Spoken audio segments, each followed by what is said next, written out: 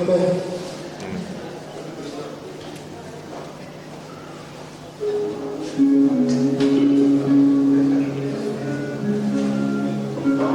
Alléluia. Alléluia. Alléluia. Gloire à Dieu. Bien-aimés frères et sœurs, je vous dis, bon après-midi. Soyez les bienvenus dans la maison de votre Père. Nous sommes là pour un seul but. Louer notre Dieu. Le louer pour sa bienfaits. C'est pour cela que bien-aimés, je vous laisse simplement vous demander de vous tenir debout et avec nous ensemble, nous allons recommander ce moment de l'Écriture. Et je voudrais inviter ici dans notre bien-aimé, l'ancien Ouattara, qui va d'abord prier pour vous. L'ancien Ouattara, s'il vous plaît, pour recommander ce moment de l'Écriture.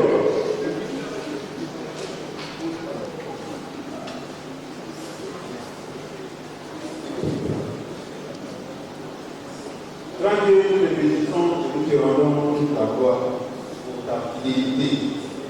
Seigneur, nous sommes là ce matin, c'est une grâce. Beaucoup de choses sont passées pour ta semaine, mais Dieu nous a épargné de faire beaucoup de choses. Et ce matin, nous sommes là pour te dire par une grâce et nous voulons te dire merci. Merci pour ta sainte présence éternelle, notre Dieu. Merci de conduire ce culte de louange et d'adoration. Seigneur, nous voulons sentir ta sainte présence. Béni sois-tu, éternel, notre Dieu, de ce que tu conduis ces instants éternels. Merci pour ton serviteur que tu as choisi. Éternel, pour conduire ce moment physiquement. Seigneur, bénis-le, conduis-le. Merci pour tous les intervenants éternels, notre Dieu, que tu conduis par ton esprit. Seigneur, nous sommes là pour toi, éternel, notre Dieu. Nous voulons que tu nous parles. Au travers de ta parole, éternel, notre Dieu, nous nous attendons à toi. Car lorsque nous nous assemblons, il y a toujours quelque chose à nous dire. Merci. Que toute la gloire revienne parce que tu prends ta première place, éternel, notre Dieu, et que tout ce qui n'est pas de toi est régulé au nom puissant de Jésus-Christ. Amen. Amen. Bien-aimés, asseyez-vous. Sachez que, comme je l'ai dit tout à l'heure, notre but ultime et seul est de louer notre Dieu. C'est pour cela que nous allons commencer tout à l'heure par un moment d'adoration avec le groupe musical. Ensuite, nous allons procéder à des prières individuelles et nous allons passer donc à la Sainte-Terre, à l'exaltation du Christ et la Sainte-Terre. Ensuite, nous aurons un moment de louange et il sera suivi des offrandes. Ensuite, les annonces du pasteur et l'annonce par le comité de communication. Nous allons passer à la prédication. Pour terminer par la prière. Voici ainsi guidés les grands actes de ce culte. Alors sans plus tarder, nous allons passer la parole au groupe musical. Alléluia.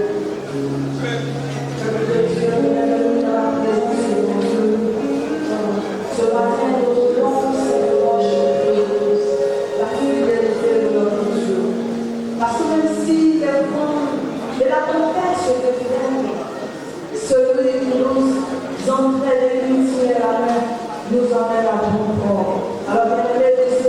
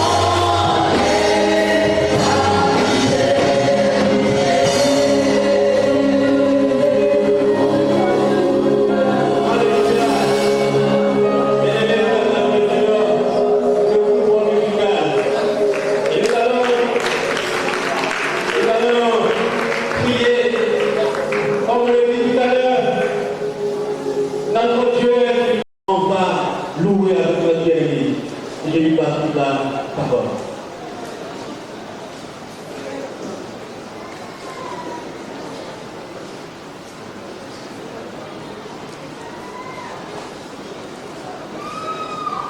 Certainement, tu es là ce matin et tu traverses une situation difficile.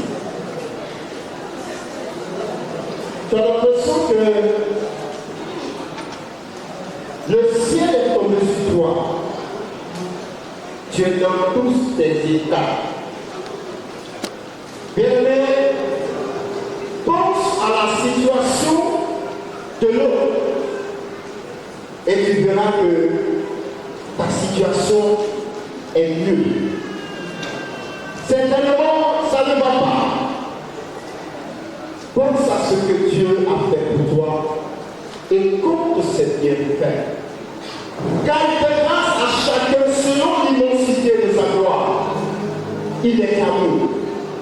Son amour est si grand. Il est si haut. Il est si vaste. L'amour de Dieu surpasse tout ce que l'homme peut concevoir. L'amour de Dieu se manifeste chaque jour dans nos vies. Alors ce matin, avec le mot musical, nous allons chanter ce chant qui dit l'amour de Dieu ne le surpasse toute chose. Ce qu'on peut dire également.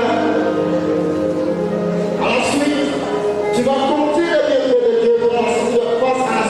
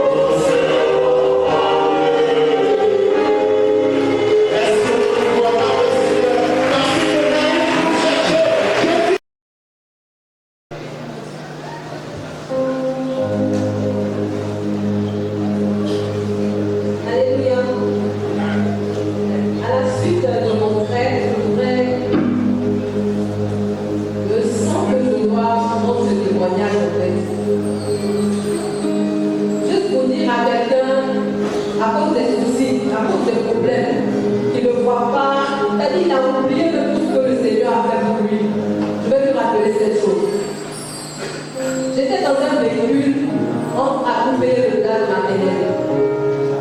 Donc, j'étais le premier client à monter. Et on a fait, je sais pas moi, quelques mètres ou 1 kilomètre, peut-être plus. Le véhicule, on s'arrête, on prend quelqu'un. On s'arrête, on prend quelqu'un. Donc, je me suis retrouvée avec 3 hommes derrière, avec moi, ça faisait la 4e personne. Et devant, il y avait le chauffeur et 2 autres hommes. Ils parlaient de patois, ils parlaient la langue que je ne comprenais pas, la langue maternelle que je ne comprenais pas. Bon, j'ai eu peur dans un premier temps, mais après j'ai dit, mon Seigneur, je suis en terrain, donc je ne viens pas. Ils ont posé, puis j'ai senti que la discussion a monté un peu d'écran, le ton a monté. Et après, il y a un qui me demande, tu vas où? Je dis, je vais voir ma mère. Il me dit, ça s'appelle comment? Je lui donne le nom. Et il me dit, va lui dire que telle personne t'a sauvé. Telle personne m'a sauvé. Bon, moi j'arrive, je descends. Et c'est là que je réalise qu'en fait, je ne vais pas descendre de ce véhicule-là. Sinon, je ne vais pas continuer de vivre. Il y a quelque chose que les gens avaient vécu. Mais tout ce que je suis assis, comme je ne savais pas ce qui se prépare, Dieu m'a sauvé. On vous dit que Dieu prend soin de nous. Dans le point d'état de nos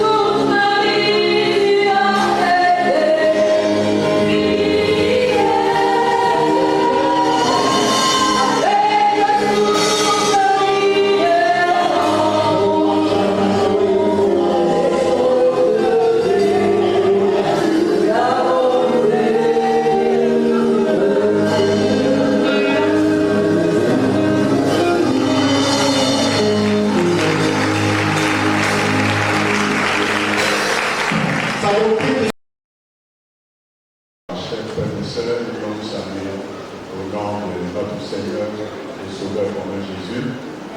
Bienvenue à chacun d'entre nous. Nous avons pu, par la grâce de Dieu, célébrer le Seigneur par nos cantiques, en apportant également notre nom au Seigneur. Nous avons pu communier ensemble à travers la Sainte Seine. Le moment est venu pour nous de nous disposer à entendre la bonne parole du Seigneur. Nous allons vraiment prier chacun d'entre nous au moment où donc le message va passer, que nous puissions, pour ceux qui ont eu la grâce d'aller à l'école, puissent prendre note, en tout cas tout disposer, parce que Dieu a une parole pour nous, il a un message pour nous, il a une direction pour nous. C'est un moment véritablement important. Alléluia. Nous avons la joie d'avoir avec nous un homme de Dieu, et c'est lui qui sera chargé de nous apporter la bonne parole du Seigneur. Nous voulons donc maintenant, avec la permission de notre premier responsable, le pasteur principal, permettre au pasteur Naïe de venir pour la parole de Dieu. Que Dieu bénisse son serviteur et que Dieu bénisse la parole de Dieu.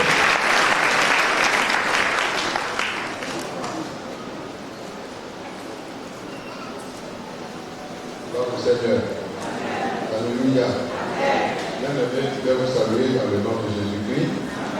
Que la grâce et la paix du Seigneur vous soient multipliées ce matin. Alléluia. Vous pouvez saluer au moins votre voisin et lui dire des paroles de bénédiction.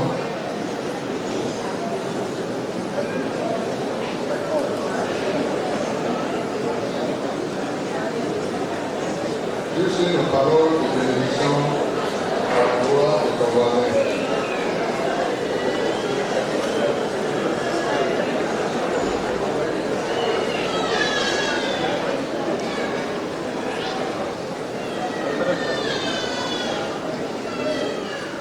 Alléluia. Vous avez fini de bénir votre voisin.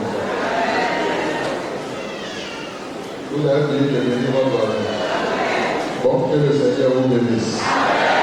Que le Seigneur vous bénisse. Je dis que le Seigneur vous bénisse. Que toutes les bénédictions de notre Seigneur et de notre Dieu soient avec vous ce matin. Alléluia. Nous sommes très heureux de nous retrouver ce matin, surtout au pied de notre Seigneur. C'est une grâce.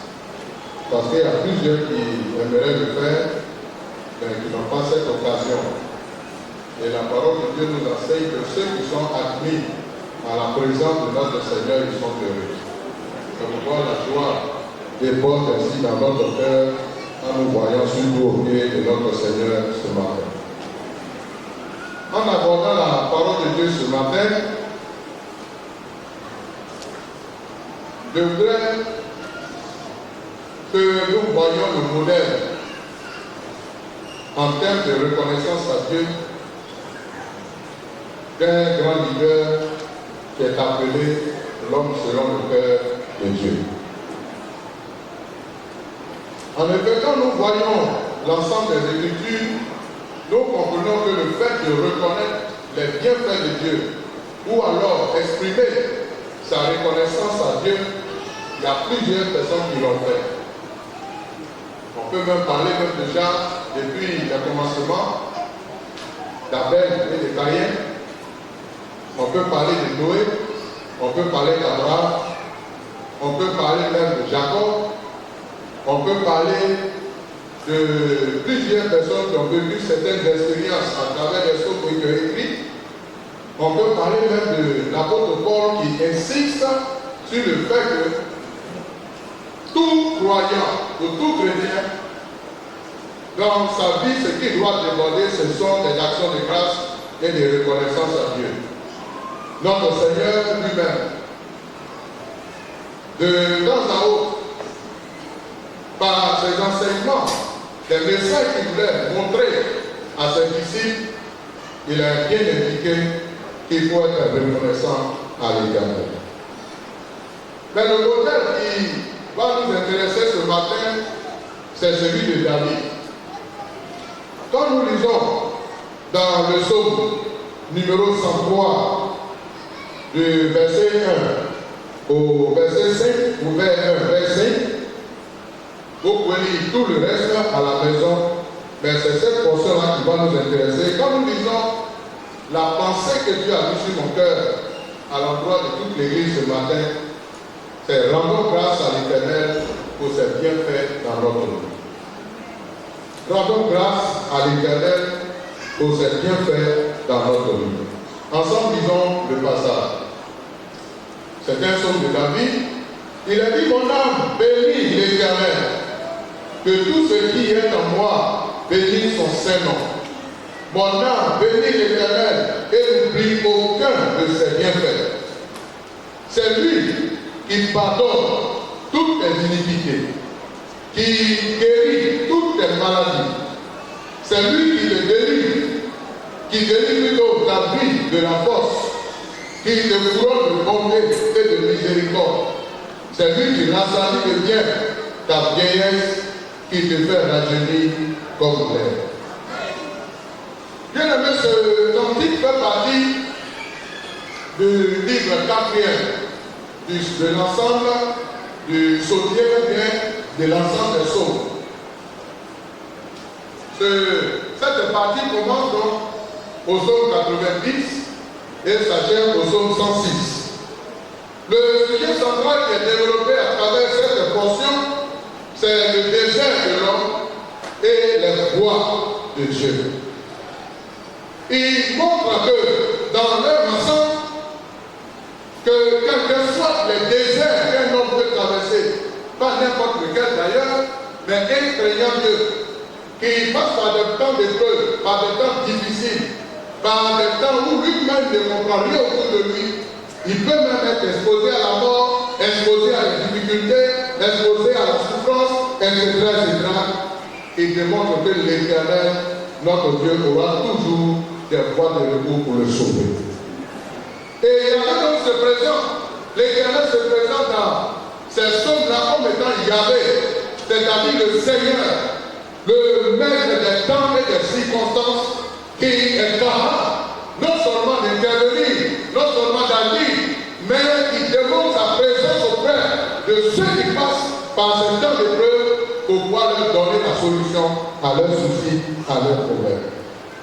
C'est donc, ayant expérimenté la main souveraine et la main providentielle, que David va marquer un arrêt pour exprimer sa reconnaissance à Dieu. Il va en souvenir dans ce texte-là de toutes les grâces et de toutes les bénédictions que l'Éternel lui a accordées. David recense trois faits marquants pour lesquels il désire que ce soit tout son être entier qui remercie le Seigneur. Tout son être entier.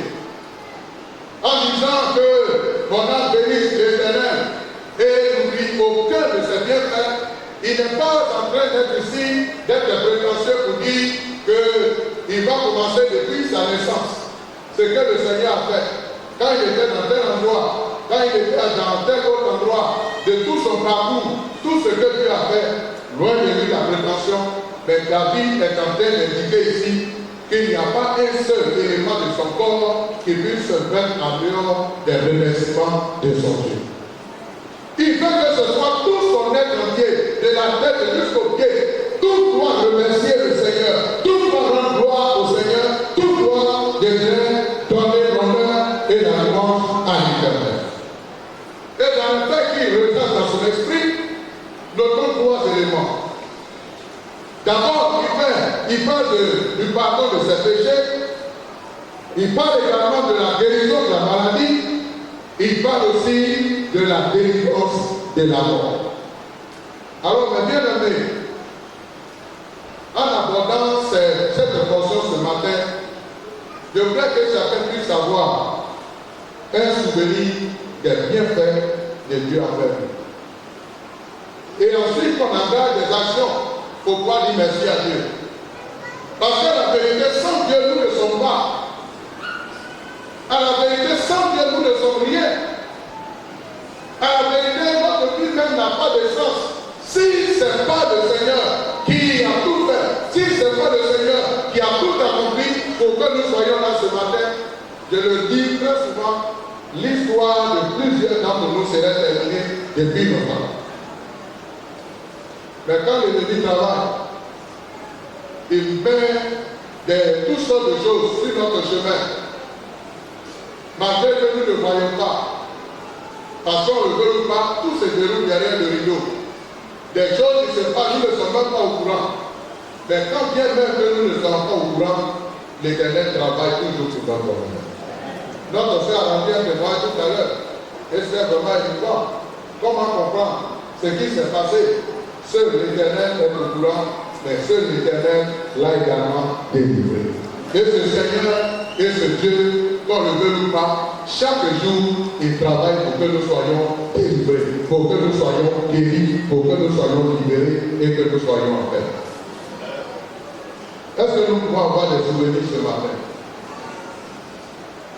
Est-ce que nous pouvons avoir des souvenirs ce matin? En tout cas, David, il nous montre premièrement que l'Éternel a pardonné ses péchés. Verset 3a. L'Éternel a pardonné ses péchés. Et l'un des plus grands privilèges que David a eu ici-bas, c'est le pardon de Dieu dans sa vie. C'est le pardon de Dieu par rapport à ses péchés, par rapport à tout ce qu'il a fait de mal devant le Seigneur. Parce qu'un dépit de la connaissance du poison mortel qu'est le péché, et un poison qui est commun à tous les hommes ici-bas, comme David le souligne bien,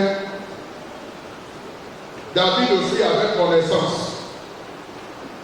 Il avait connaissance de ses propres péchés devant l'Éternel. Nous pouvons voir dans le psaume 51, psaume 51, que nous pouvons voir également avec 2 Samuel, le chapitre 11, 2 Samuel 11, et puis 2 Samuel 12.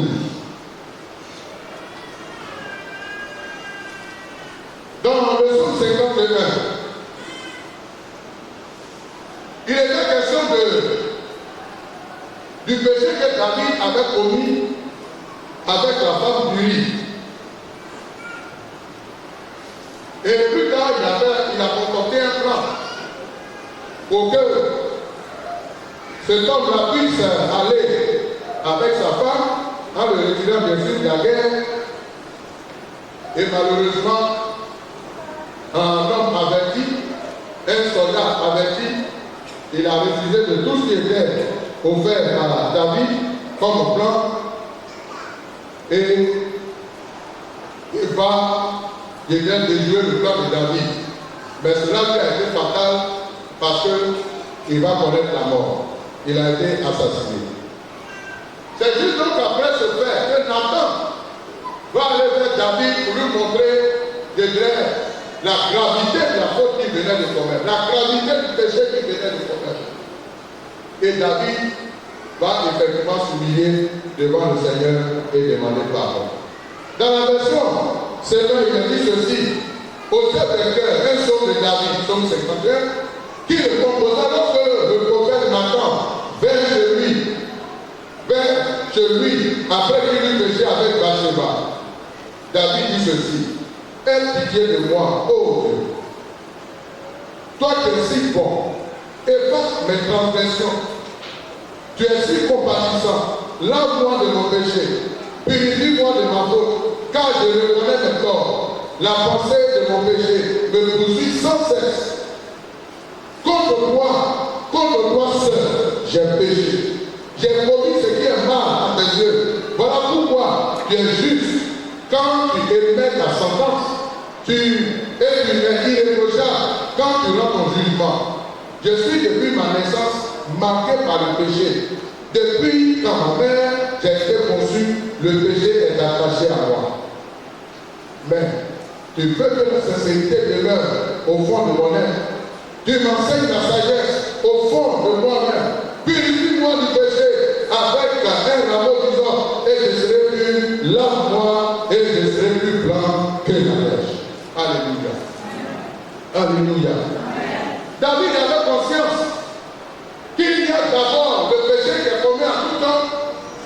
par la naissance, de par le fait que nous sommes des êtres humains, de par notre nature de jeunesse, il reconnaissait ça. Mais il venait de faire un péché pour lequel Dieu n'était pas d'accord. Et Dieu va l'interpeller. Dans toute la fournaise de cette épreuve, David a choisi de se repentir. Il a choisi de marquer l'arrêt, de s'humilier, de marquer sa sincérité dans une repentance sincère devant le Seigneur. Et Dieu va lui faire grâce. Dieu va lui pardonner. Donc c'était son humiliation et la sincérité de son cœur dans la repentance qui ont fait que David a trouvé grâce aux yeux de l'Éternel. Alors, selon le psaume 32, David, maintenant un homme averti, il peut donner des conseils en termes de repentance ou alors pour ceux qui sont encore sous le poids de leur péché. Il dit heureux, celui à qui la transgression est remise, à qui le péché est pardonné. Heureux l'homme à qui l'Éternel n'appuie pas d'iniquité et dans l'esprit duquel il n'y a point de fraude. Verset 3. Tant que je me suis dit, mes os se consumaient. Je gémissais toute la nuit, car nuit et jour, ta main s'appesantissait sur moi, ma vigueur n'était plus que sécheresse, comme celle de l'été. Je t'ai fait connaître mon péché. Je n'ai pas caché mon iniquité. J'ai dit, j'avouerai mes transgressions à l'Éternel, et tu as effacé le poids de mon iniquité. Bien aimé, l'Éternel a véritablement pardonné à David. Et David avait reçu le pardon de Dieu. Je vais nous dire ce matin que la vérité, quand un chrétien est dans une situation de péché, qu'on le veut ou pas, il ne peut pas avoir l'esprit tranquille. Il a trouvé. Et parfois, quand vous le voyez, vous sentez qu'il y a quelque chose qui ne va pas de lui. Parce que quand il va voir quelqu'un la présence des frères, il va voir que les frères sont attroupés, les frères marchent ensemble, vivent ensemble, lui va préférer se retirer parce qu'il ne voit plus sa présence au milieu de ses ennemis. Il ne voit plus sa présence au milieu de ses ennemis. Il est gangrené par une fournaise intérieure qui le détruit. Parce que tout simplement, Dieu n'est pas d'accord avec lui, donc la communion avec les frères n'a plus de sens. Et voici que David va expérimenter le pardon de Dieu. Il va expérimenter la joie de recevoir le pardon de Dieu. Et pourtant, quand nous lisons les Écritures, son prédécesseur qui est Saül, depuis la fois qu'il a commis sa désobéissance, puis David est consigne que l'Éternel lui a donné face au combat avec Amalek dans 1 Samuel 15. Depuis cette période, Saül fut rejeté, il n'a pas été pardonné, il fut rejeté. La royauté lui a été ôtée et il a évolué de décadence à décadence jusqu'à ce que Saül meure dans un combat avec son fils Jonathan. Donc on voit également le mauvais exemple de Samson. Samson qui va, au lieu de servir le Seigneur selon les consignes qui avaient été données depuis même sa naissance, lui aussi, il va se livrer à la débauche et malheureusement, il va perdre la vie. Malgré sa repentance, il va perdre la vie avec ses ennemis dans des biens qu'il même arrête. Juge chapitre 6, Juge chapitre 16, pardon. Quand Judas Iscariote, nous connaissons son histoire, son remords fut même refusé par les bourreaux du Seigneur, et il est allé se repentir devant le Seigneur. Matthieu 27, verset 1 à 8. Il n'a pas eu cette grâce. Même ceux à qui il est allé remettre l'argent qui avait été pris pour pouvoir livrer son maître, et ils m'ont pu en donner un message qui a été catégorique. Ce que tu es venu faire, nous, ça ne nous regarde pas. Ça ne nous regarde pas. Ça ne nous regarde pas. Et il était obligé de jeter cet argent dans le camp, et cet argent, eux-mêmes, ils ont reconnu doit pas être utilisé dans la maison de Dieu. Alors qu'est-ce qu'ils vont faire? Ils vont prendre cela pour aller acheter des graines, une terre quelque part pour pouvoir enterrer ceux qui n'étaient pas donc dignes d'être enterrés là où il faut. Frère, le pardon n'a pas été vraiment accordé à Saül. Le pardon n'a pas vraiment été accordé, si je veux le dire entre guillemets, à Samson. Ou alors la grâce de vivre le pardon de Dieu n'a pas été accordé à Samson. Judas Iscariote également, mais je veux dire à David, la grâce du pardon de Dieu a été faite. La grâce a été faite. C'est pourquoi cette grande joie, il pouvait l'expérimenter, il pouvait la vivre et réaliser que c'était une occasion opportune pour pouvoir venir devant le Seigneur et lui dire merci. Frère, est-ce que le Seigneur nous a pardonné? Est-ce que quelqu'un ce matin reconnaît que l'Éternel a pardonné son iniquité? Est-ce que quelqu'un reconnaît ce matin que le Seigneur ne tient plus compte de sa faute, ne tient plus compte de ses transgressions? Le Seigneur a passé, la peine, il a passé la peine de son iniquité, et ce matin il peut vivre la joie d'être pardonné de Dieu. C'est l'occasion de dire merci à Dieu. C'est l'occasion de dire merci à Dieu. Mais avant que je vais interpeller tous ceux qui sont encore sous le poids de leur péché, qui n'ont pas fait cette expérience de recevoir le pardon de Dieu, ce ne sont pas vos dons, ce ne sont pas votre sincérité, dans les actions que vous dans les actions humanitaires, ce ne sont pas vos offrandes que vous apportez à la maison de Dieu, ce ne sont ni les déplacements ou des changements de lieux géographiques, ce ne sont ni tout ce qu'on peut faire pour le Seigneur, ou alors le temps qui peut passer, il va vous accorder le pardon. Le pardon nous est accordé par le sang précieux de Jésus qui a coulé depuis maintenant. C'est pourquoi, comme David, nous devons nous humilier. Tu peux même le faire ce matin.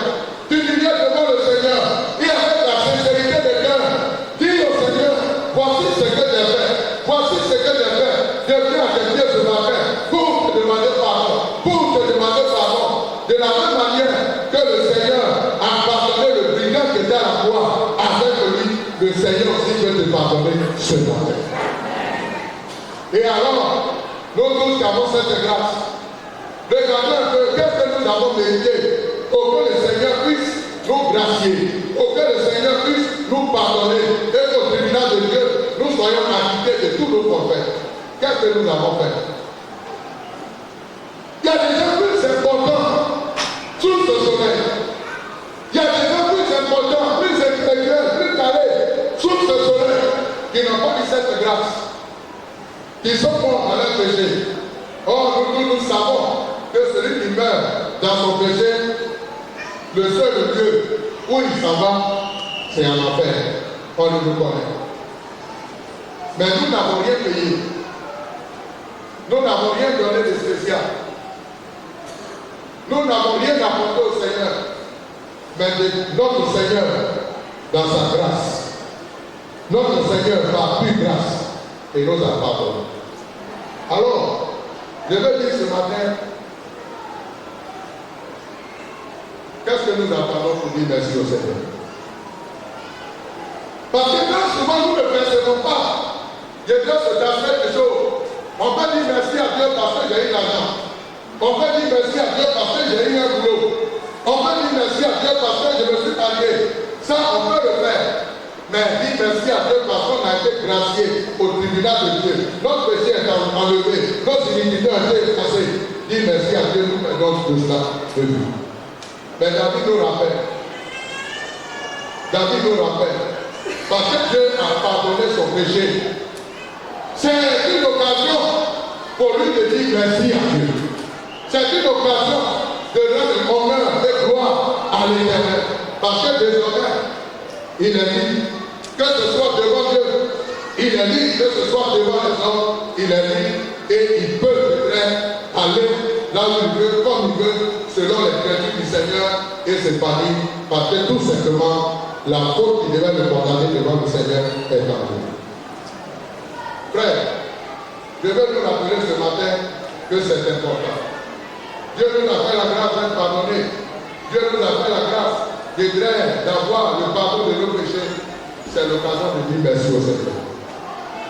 C'est l'occasion de dire merci au Seigneur.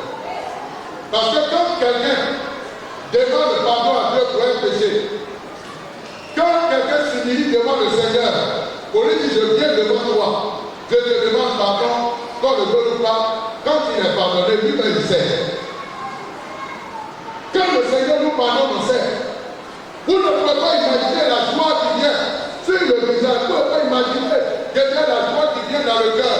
C'est pourquoi je peux te dire que c'est la plus grande joie qu'un homme peut avoir sur la terre que d'avoir son péché être pardonné. C'est la plus grande joie. C'est la plus grande joie. Parce que les autres joies, tous les autres sujets de joie que nous pouvons avoir vont être limités dans le temps et dans l'espace. Mais cette joie du pardon que l'Éternel nous donne, elle commence ici-bas et elle nous entraînera jusque dans le royaume des cieux. C'est pourquoi, mes frères, quand quelqu'un a son péché qui est pardonné, même le ciel se réjouit, le ciel est d'accord, le ciel peut être soigné. Dans Luc chapitre 15, le verset 5, il a dit, je vous le dis, il y aura plus de joie dans le ciel pour un seul pécheur qui se répand. Waouh! Quelle joie, quelle fête. Nos péchés sont pardonnés ce matin. C'est une raison importante, une raison fondamentale pour dire merci à Dieu. Le deuxième élément que David souligne, il faut au verset 3b que l'Éternel a guéri de la maladie. L'Éternel guérit de la maladie. En voyant ce texte, les circonstances de la maladie de David ne sont pas vraiment élucidées. Mais vu son parcours, il a beaucoup été exposé à la maladie. Quand vous voyez quelqu'un, depuis qu'il était derrière les moutons, en tant que berger, jeune garçon berger, il va être derrière les moutons. Alors que très souvent nous voyons cette vie-là comme étant une vie impure. C'est pourquoi lorsque les frères de Joseph, la famille de Joseph devait s'installer en Égypte, le pharaon n'a pas été d'accord qu'il soit au milieu du peuple à cause de l'activité de l'élevage. Parce qu'on les voit comme des gens sales, on les voit comme des gens impurs et ils vont les mettre de côté.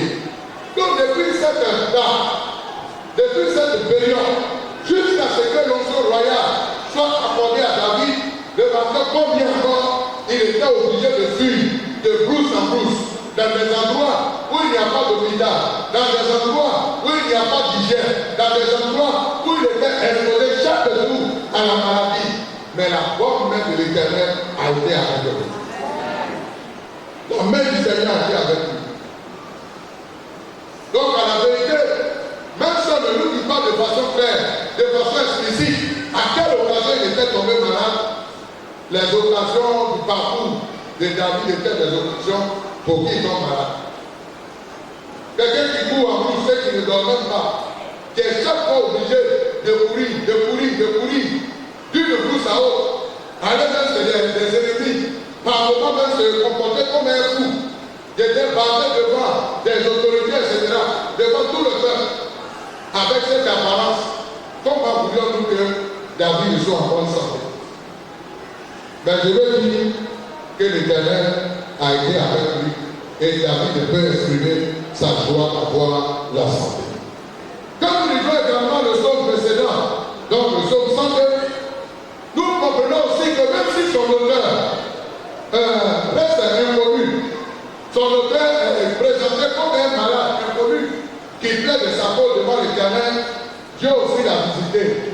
Et comme c'est la suite des grandes logiques du fait que l'Éternel se présente, des comme le Seigneur de toutes les circonstances et de tous les temps pour apporter des solutions à ceux qui le craignent, on peut comprendre. Selon certains exégètes, il y en a qui disent que ce psaume-là, on peut le comparer certes à David. Il y en a qui disent qu'on peut le comparer à la situation de maladie d'Ézéchias. Il y en a qui ont dit qu'on peut comparer ça même à Job. C'est-à-dire que c'est ce que Job a vécu. Mais dans tous les cas de figure, nous retenons que l'Éternel est intervenu pour apporter la restauration, est intervenu pour apporter la guérison. Alléluia. Alléluia. L'Éternel, notre Dieu, a fait que nous servons. Il se présente comme le Dieu de guérison.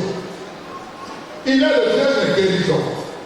Dans Exode 15, le verset 26, il est dit, je suis l'Éternel qui te guérit. Je suis l'Éternel qui te guérit.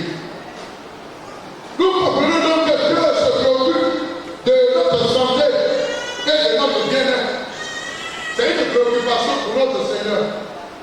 Dieu veut que nous soyons en bonne santé. Dieu veut que nous nous portons bien. Dieu veut que notre santé soit au beau titre. C'est pourquoi, par plusieurs promesses, Dieu annonce la guérison en cas de maladie. Dieu annonce la guérison en cas de maladie. Et même de façon prophétique, l'œuvre et la personne de l'homme du Seigneur nous confère la guérison. Alléluia. Dans Ésaïe 53, Ésaïe 53, l'Éternel nous montre qu'il est le Dieu qui nous guérit. Je veux que nous lisions, je dirais la version parole vivante. Ésaïe 53, dans la version parole vivante, elle souligne quelque chose très important. Ésaïe 53.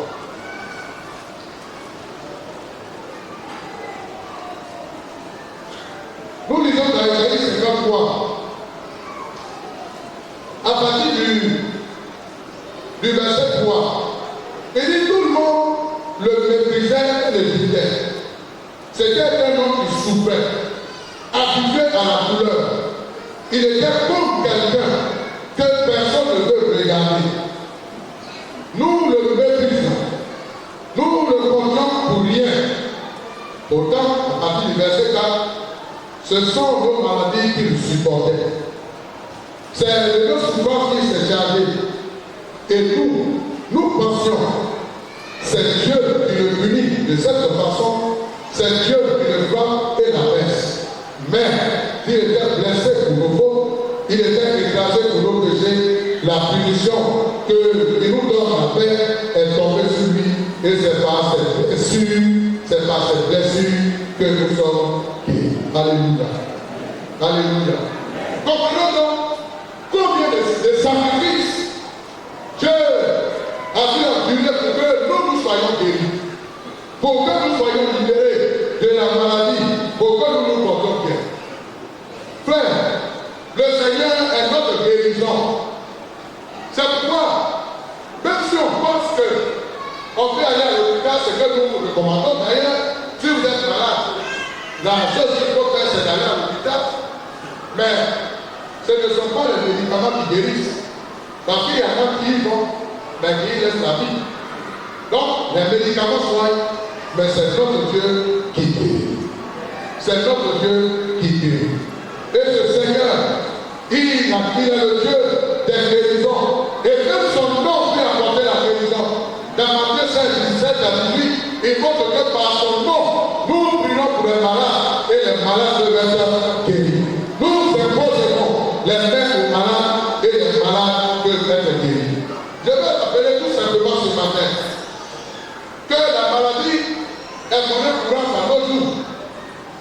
La maladie, nous vivons avec elle chaque jour. Quand nous voyons quelques raisons, d'abord la rencontre de l'homme avec Dieu. Quand l'homme devient un ennemi de Dieu, quand l'homme s'entête devant le Seigneur et fait ce que lui ne veut pas, nous voulons qu'il devienne comment? C'est pourquoi toute notre société est malade. C'est pourquoi tous nos parents, nos amis, nos contemporains sont malades. Et que la maladie est très de partout. Quand nous regardons également la nourriture malsaine, même que nous consommons. Dans les cas passés, en gros, nos parents cultivaient. Ils travaillaient la terre, par exemple, pour pouvoir manger. Mais nous, aujourd'hui, nous, on fabrique la nourriture, et puis on la mange. N'est-ce pas? On fabrique la nourriture, et puis on la mange. Vous me comprenez? On ne lance plus la machette, par exemple, pour ceux qui vont au village. Mais on a des machines qui sur le dos, qui peuvent tuer les herbes, et puis planter, et ce qu'on plante là, il y a encore d'autres produits qu'on doit mettre, et puis ça va nous donner de très bons résultats, et ce résultat, c'est ce que nous allons consommer. Mais en vérité, on est en train de faire quoi? Tout ce qu'on a mis dans le sol, tout ce qu'on a mis sur les plantes, ça va se retrouver dans nos assiettes, et plusieurs maladies vont se développer avec nous. Si vous ne comprenez pas, pour ceux qui, de temps à autre, vont au village, avant, quand on veut tuer un poulet, tout le monde a ouvert au village. N'est-ce pas? Parce que vous allez courir derrière le poulet. Et puis quand vous trouvez une vieille qui est assise quelque part là-bas, quand vous avez dit, mon petit, vous voulez que vous êtes en train de pousser la chanson, il y a l'autre de l'autre côté. Donc tout le village est au courant qu'il y a une famille qui veut manger un poulet. N'est-ce pas?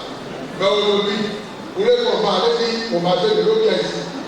Quand vous voulez manger, vous voulez que je veux mettre voici ma tête. Et puis on le mange.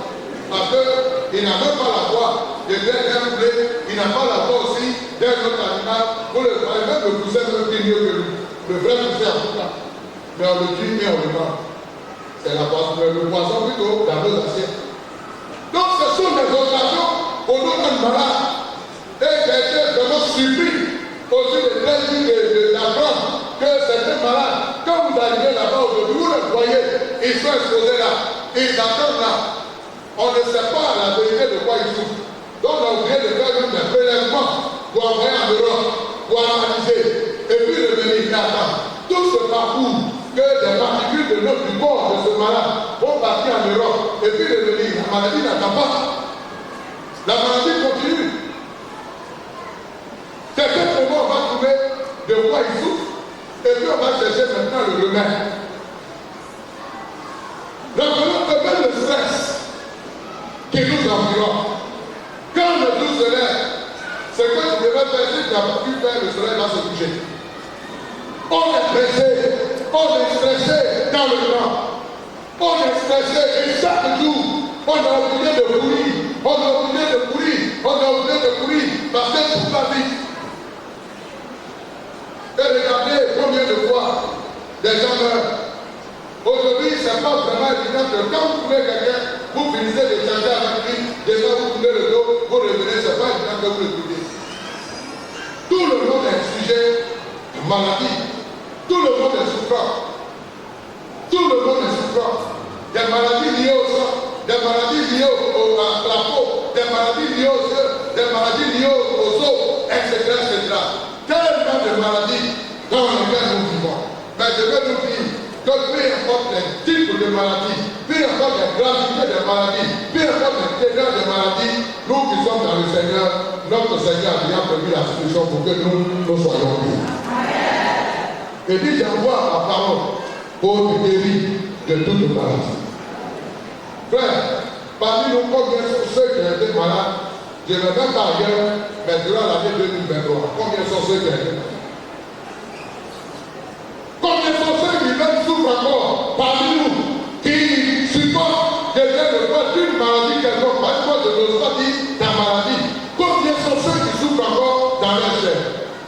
Mais je vais nous dire que ce que nous devions comprendre, il y a des gens, vous appelez une maladie de 2 jours, les amener à la tombe. Il y a des gens, on n'a jamais appris qu'ils sont malades, mais le jour, la maladie est venue, ça les a emportés en même temps. Mais nous, par moment, la maladie peut faire 1 mois, la maladie peut faire 2 mois, la maladie peut faire même 1 année. Mais le Seigneur, il nous maintient. Parce que je suis persuadé, il a un plan pour se glorifier, c'est pourquoi il nous maintient. Frère, est-ce que nous avons conscience de ça?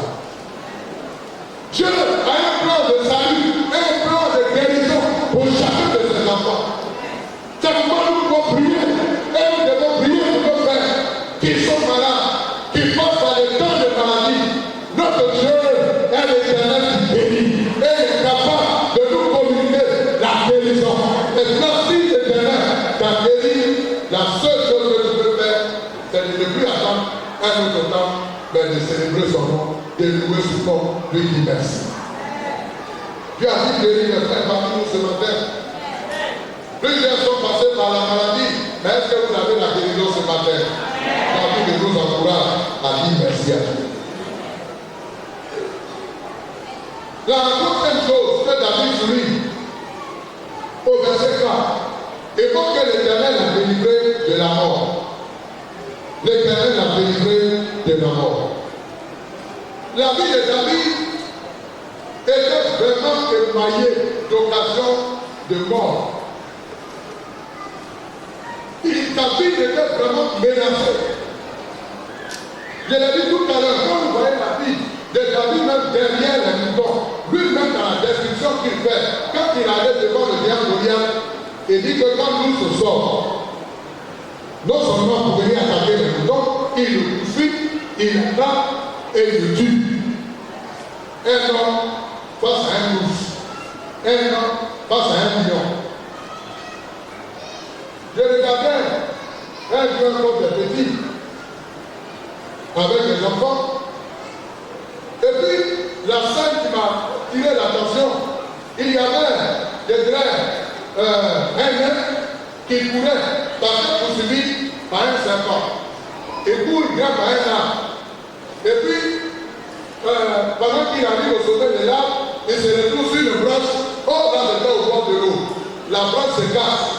La branche n'est même pas encore tombée, mais quand il regarde dans l'eau, il y avait un crocodile dedans. Et quand il regarde le crocodile, il ne voit plus l'image du crocodile, mais lui-même voit ses propres os dans la gueule du crocodile. Vous comprenez? Il voit ses propres os dans la gueule du crocodile. Mais comme ils ont toujours des plans pour trouver une solution par rapport à leur vie, je vais nous faire remarquer qu'il a été sauvé, mais exactement combien David a été vraiment exposé à la mort. Derrière la victoire, derrière, même quand il a été point, la mort était toujours là. Il a tellement couru jusqu'à ce qu'il s'est retrouvé chez les Philistins, alors que c'est pas Dieu qui a tué le géant Goliath. Voilà une occasion pour le tuer. Il s'est retrouvé devant la marée. Il était obligé de tuer le fou. Vous ne voulez même pas que le roi l'accepte. Vous ne voulez même pas que le roi le voie. Mais ils ont averti son peuple. Ils ont averti Saïd pour dire ton type que tu cherches, il est ici. Mais l'Éternel, là encore, l'a délivré. L'Éternel l'a délivré. Frère, pour ceux qui doivent noter le psaume 55, je vais nous dire que nous aussi, des occasions pour que nous perdions la vie ne nous manquent pas. Des occasions pour que nous perdions la vie, je le répète, ne nous manquent pas. Chaque jour, nous sommes exposés à la mort. Chaque jour, nous sommes exposés à la mort. Il y a eu de cela quelque temps, mon nouveau voisin, qui était en train d'aménager, qui était sa maison pour venir habiter là avec sa famille. Le matin, on s'est vu, il est venu garer sa pick-up et il a déchargé sur ses bagages. Et la vie voisine, on s'est ensemble. Je m'avais cherché mes bagages de bien, mais je vais au sport. Là où il est parti faire le sport, c'est là-bas qu'il est tombé. Il a commencé à suffoquer et le temps d'amener à la maison, ou plutôt à l'hôpital, la mort est venue. Vous comprenez? Notre voisin, la maison, grande maison qui est juste à côté de nous, son propriétaire, c'est lui qui l'a bâti. Il n'a même pas passé une seule nuit dedans. Je parlais avec un papa qui est parmi nous dans la semaine et il m'a donné un témoin qui m'a vraiment touché. Un de ses petits disait son petit mot, qui est quand même un grand type dans notre pays. Il est chez lui là-bas et il a acheté des grains de l'eau qu'il a mis à la maison pour faire du sport. Et puis pendant qu'il était là, sa femme aussi était, il va aussi faire frère. Lui, il a su son vélo, il était là pour faire couler la science. Et puis à un moment donné, il s'appelle, il tombe. Le temps que ça va bien, oh, mais il faut te lever, on va continuer de faire du sport. Donc je n'ai pas des amusements. Malgré tout ce qu'elle m'a dit, le monsieur, il y a longtemps, il est parti. Il y a longtemps, il est parti. Dans notre quartier à Gesco, il y a une histoire d'un frère. En tout cas, qui était que ce jour-là, il n'est pas allé au travail. Il a dit à sa femme que je suis un peu fatigué, je vais me reposer. Donc, il a fait le petit déjeuner avec la famille. Après avoir pris le petit déjeuner, il dit à sa femme, il faut me faire tel repas, on va manger ensemble. Je m'en vais me coucher. La femme finit de faire le repas, elle va réveiller son mari pour dire, viens, on va manger. La vie est partie. Frère, voilà la vie à laquelle on est conformé. La mort frappe partout, la mort frappe autour de nous. Nous sommes chaque jour que Dieu fait exposés à la mort. N'oublions pas que la sorcellerie est là pour attaquer, pour tuer, pour détruire. N'oublions pas que les accidents et même les incidents sont chaque jour sur nos routes. Mais nous, au parcours de distance, on va, on vient, on va, on vient. La main du Seigneur, c'est celle qui nous protège. La main du Seigneur, c'est celle qui nous garde. Quand c'est les anciens de vie, ce qui est intéressant, c'est que notre vie ne dépend jamais, et ne va jamais dépendre de la décision d'un sorcier. Parce que notre vie dépend de celui qui a fait les cieux et les terres. Reconnaissons que dans nos pays, les crimes rituels, on ne les font pas. Chaque jour, il y en a. Les crimes rituels, il y en a. On tue, on tue, on tue. Il y en a qui tuent pour avoir l'argent, il y en a qui tuent pour avoir la renommée, pour avoir ceci ou cela. Mais de toutes ces choses, ce qui me plaît, c'est que nous, en tant qu'enfants de Dieu, ce qui est intéressant, nous n'avons pas le même statut que tous ceux qui nous entourent. Notre statut est particulier. Nous sommes des enfants de Dieu. C'est pourquoi notre Seigneur peut trouver des plans à réserve pour nous. Parce que simplement, celui qui le touche, tout simplement, il est aussi, puis il est menacé par le Seigneur. Pour ne même pas qu'il nous touche. Alléluia.